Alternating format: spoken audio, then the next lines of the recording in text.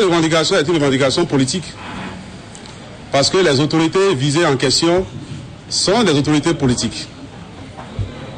Et ce que les gens appellent barbarie, répression de la marche, je m'excuse. Juste là, je n'ai pas vu les images.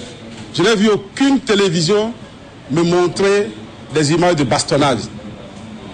J'ai vu des policiers en train de disperser la foule à l'aide de gaz lacrymogène. Ce qui n'est pas une première. Les sorties médiatisées de certains députés ces derniers jours n'ont pas manqué de susciter l'attention des membres du Front. Chers frères, nous disons et nous répétons que la haute cour de justice n'effraie personne. Pendant que vous prenez tout votre temps à le salir, à l'insulter, à le dénigrer, lui il est sur le champ de développement pour les Béninois. Ce sont les Béninois qui vont agir. Et nous disons, le peuple doit cesser de suivre donc ceux-là.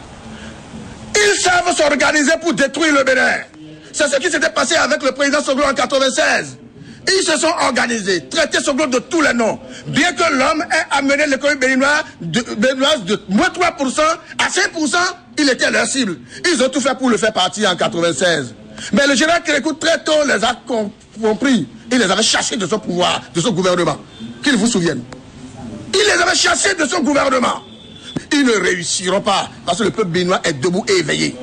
Nous, vous nous voyez ici, la plupart d'entre nous, on se fait appeler fou du roi. C'est vrai, imprenez le mot fou dans tout son sens, dans tout le contexte. Mettez-le dans tous les sens qu'il vous plaira. Nous nous assumons. Mais jusqu'à maintenant, c'est nous qui sommes encore en train de faire preuve de sagesse. Parce que si nous devons répondre à la mesure de l'affront et de l'offense à notre leader et à nous-mêmes, je crois que nous ne serons plus là. Ce n'est pas eux qui sont en train de promouvoir la paix, c'est nous qui chaque jour, chaque matin, devions supporter un certain nombre de choses sur les radios, sur les chaînes de télévision, sur les réseaux sociaux, et toujours nous décidons d'appeler au calme et de garder notre silence. Si quelquefois nous montons au créneau devant vous, c'est pour dire attention. Et quelle est la substance qui se dégage de ce point de presse? Je vous regarde droit dans les yeux pour vous parler le langage de la vérité.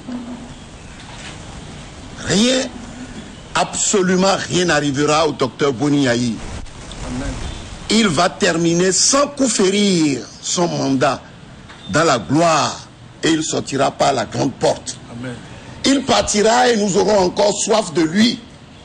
Tenez-vous tranquille. Vous êtes pressés, le temps viendra.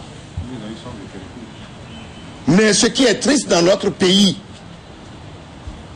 c'est qu'on fait de la politique une activité excessivement mercantile, où les gens devant l'argent deviennent des marionnettes. Vivement que mouvance au pouvoir et opposition politique accordent les violons sur l'essentiel qui fera décoller économiquement le quartier latin de l'Afrique.